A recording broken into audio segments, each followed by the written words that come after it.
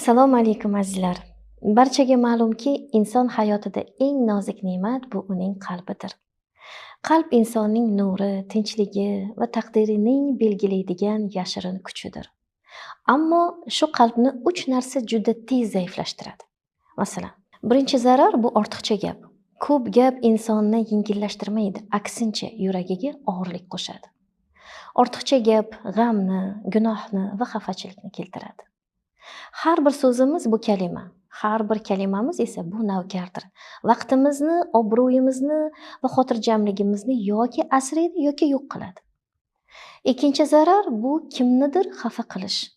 Insonni og'ir so'z bilan o'rtang, ammo uni ko'nglini qaytarish qanchalik qiyinligini ko'rasiz. Qalb go'yoki bir shisha. Agar yorilib ketsa, yamalganda ham baribir ortidan iz qoldiradi. Shuning uchun kimga qanday so'z aytishimiz, kimga qanday muomalada bo'lishimizga qarab juda ham ehtiyot bo'lishimiz kerak. Azizlar, uchinchi zarar bu aldash va ikkiyuzlamachilik qilishdir. Aldash bu faqat bir kishini xafa qilib qo'yish emas, balki qalbdagi nurni o'chiradi. Insonni ikkiyuzlamachiligi o'ziga o'zini begona qilib qo'yadi. Iymonli insonning yuzi nurli, so'zi sof va qalbi rostgo'y bo'ladi.